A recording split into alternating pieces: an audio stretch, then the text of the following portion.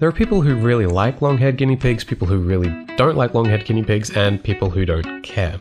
In the group of people who don't like long-haired guinea pigs, it really boils down to one of two reasons. It's either not their preferred look, which is fair enough, or they think they're going to be harder to care for than their short-furred counterparts. Admittedly, we were actually part of that second group. We thought that long-haired guinea pigs were going to be harder to look after, and so when we bought Anna and Elsa, we were kind of glad that they had such short fur.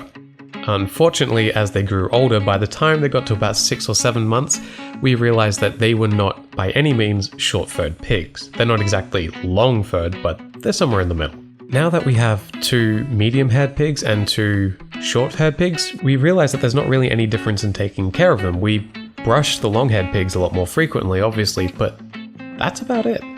Certain types of long-haired pigs are more prone to certain conditions, but as we've said repeatedly on this channel, if you aren't prepared to take your pigs to the vet, you shouldn't be getting any pig long or short-haired. As for day-to-day care, besides brushing them more frequently, there's really no big difference. During the hotter months, you do want to put that little bit extra attention into making sure that they're still cool, maybe check on them a bit more often to make sure they aren't overheating, maybe throw an ice block into the cage if you need to, but other than that, the only real difference between a long-haired pig and a short-haired pig is, well, the length of their hair. So if you've been put off the idea of getting a longer-haired guinea pig for fear that it's going to be more time and effort for you to take care of, rest assured that that is really not the case.